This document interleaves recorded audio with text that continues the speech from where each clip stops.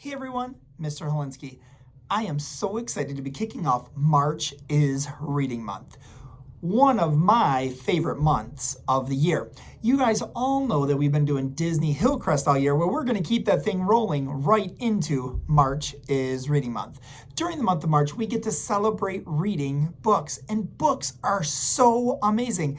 They can take us to far off places. Click. And that is the great thing about a book. You can go anywhere you want, like to Walt Disney World. Wow! The castle! Hey, Walt and Mickey! Oh, wow! The monorail! Oh my goodness! I can see the monorail! The castle, a boat. Disney World is so fun! The Magic Kingdom! Oh, that's Space Mountain! I know that! Is that Splash Mountain? The Thunder Railroad? Oh, whoa! Wow, look at that! Walt Disney World is also, oh, Pirates of the Caribbean!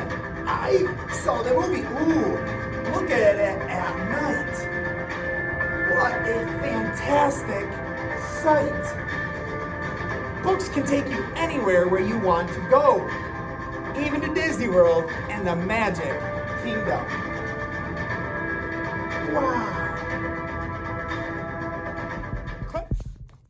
Whoa, what a fun trip. Now, I didn't actually go to Walt Disney World, but with books, we can explore and learn about all different places. One book I wanted to share with you today is about Walt Disney and all the great things that he has done. This book talks about back when he was a little kid, and look at the cover. It's just like that sign that was at Walt Disney World with Walt and Mickey. So I'm going to share this book with you today. I Am Walt Disney by Brad Metzler and illustrated by Christopher Alapoulos. I am Walt Disney. Hey, that looks familiar. What's your happy place? Mine was this small town in Missouri called Marceline. My family moved here when I was 4 years old. I love the big green fields and weeping willows. There were animals everywhere, and we had every type of apple, including a giant Wolf River apple. I've never heard of that. There was even a railroad that ran through town. We'd fish in the summer and go sledding in the winter. It was the kind of place where neighbors would help each other. It was how the world was supposed to be. Now, it's funny because even as a little kid, he's got a mustache. I think that's pretty funny. It's also where I saw a play called Peter Pan. I can fly, watch this. Soon after, I played Peter Pan in our school play. My older brother Roy ran the ropes, so I can fly. No actor was ever more committed to his role. When I was growing up, our town seemed like paradise. At the very best part of it was my whole family was always around. One uncle was an engineer. Another uncle used to teach me all about plants. That's a Missouri evening promise. And my fancy Aunt Maggie used to bring me great gifts. Here you go, Walter. Something for you to draw in. You're so good at it. You should do it more. Aunt Maggie encouraged change my life, especially because my dad didn't really support my drawing. How are you going to make money with that? I don't know. I just like it. When I was 7 years old, I made my first sale. Neighbors bought some of my sketches. But one day, my art got me in a bit of trouble. My parents had gone into town, leaving me and my sister alone. What's this black stuff in the barrel? Tar.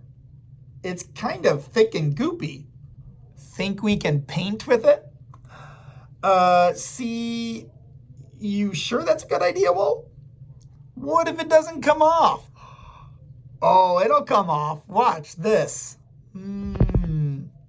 My tar painting never came off. Years later, when we moved to Kansas City, it was still on the side of our house. My first big art display. That boy should know better. Can you imagine that? When I was 9, we left Marceline and moved away from the big green fields, the train, the close-knit community. In Kansas City, life was different. I'd wake up at 3:30 in the morning to deliver newspapers. I'm so tired, I can't imagine. I'd get home at 6 a.m. and eat breakfast before school. Still so tired. Then I'd leave school a half hour early every day to pick up the newspaper that had to be delivered each afternoon. So tired. Z, and that's kind of a sound for sleeping or for snoring. For 6 years, I had that delivery route. I worked so hard, I rarely had any real playtime. Our family needed the money, so I always kept at it. In the winter, the snow would come up to my neck. Still so tired and cold. Now, I don't know if the snow really went up to his neck, but fortunately, I found friends who understood me. In 5th grade, my neighbor Walter Pfeiffer and I used to perform as Charlie Chaplin. Presenting the two Walts. You're doing great. Some teachers said I was distracted in class, that I was too much of a dreamer. Walter, pay attention. I'd spend hours scribbling in the margins of my textbook, entertaining others by making the pictures move when you flip the pages. Watch this. Whoa, super cool. Drawing was my happy place. When someone made a clubhouse, I was the one who decorated it. I even decorated the local barbershop. That's kind of nice. Eventually, I started working for a company that made the advertisements they show before movies. These ads including something that was just starting back then. Animation. This is my friend, an artist named Ube Irwix. He'd eventually help me create a character named Mickey Mouse. Who's Mickey Mouse? You'll see. Back then, animated cartoons were brand new. I went to the library to learn more, but there was only one book about them. One. But my first short films were mainly advertisements, but soon I had my own ideas. Watch this. It's about a little girl who can enter her own dreams, a mix of live action and animation. I'm calling it Alice's Wonderland. The film seemed like such a good idea. We started our own company. Hey, Alice in Wonderland. I've heard that movie before. It was a total failure. I'm sorry, Walt, you're out of money. It's time to declare bankruptcy. I was 21 years old and so poor. I'd sleep in my office and take baths once a week at the train station. Ew. I never let it get me down. Determined as ever, I moved to California. My big break came from a woman, Margaret Winkler, one of the most successful animation distributors in the country. I like your Alice's Wonderland idea. I like to order a series. Pretend you're mad. Now pretend you're scared. Now pretend you're sad. Those were Walt's favorite things to do, pretending and creating. He was back in his happy place. Ube Irwix came in to help with the animation. Then we took on a new name, Walt Disney Studios. We were on our way to our best creation of all, Mortimer Mouse. Mortimer? That's a horrible name. This is my wife, Lillian. That was her real reaction. The mouse needs a new name. What about Mickey? I like that way better than Mortimer. That's how Mickey Mouse was born. But our first Mickey cartoon didn't sell. He wasn't an immediate success. But we didn't give up. Now notice that theme. A lot of times things didn't go very well for him, but he kept at it, kept at it, kept at it. Let's see what happens next. I think we all know. Using a bedsheet as a screen, our studio tested a new cartoon and added music. We put the noisy projector outside so it wouldn't interfere. I hid a small band behind the door, and for the very first time in history, the cartoon, it's in sync with the music. I've never seen anything like this. This is incredible. The word you're looking for is historic. It was historic. Steamboat Willie changed the future of animation. If you haven't ever seen that, I suggest you check out that.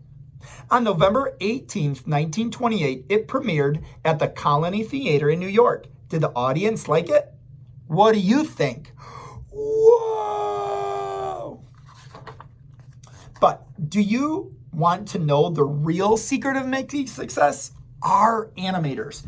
Ube Irwix and so many others brought Mickey to life. From the start, people loved our little mouse. They related to him. The quality has to be the best. Mickey's whole world needs to feel unbelievable. When Mickey bangs the piano, we need to feel it. See that thing he's doing with his hand? Draw Mickey just like that.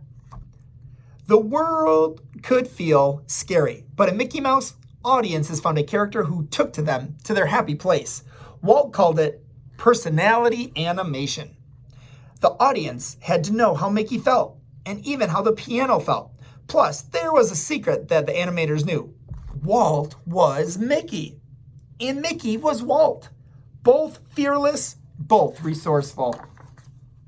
With each film, we worked harder, always trying to improve. See how the artists draw their own expressions into the characters? The more human the characteristic expressions, the more believable the story is. Oh, on top of that, we always search for the perfect voice.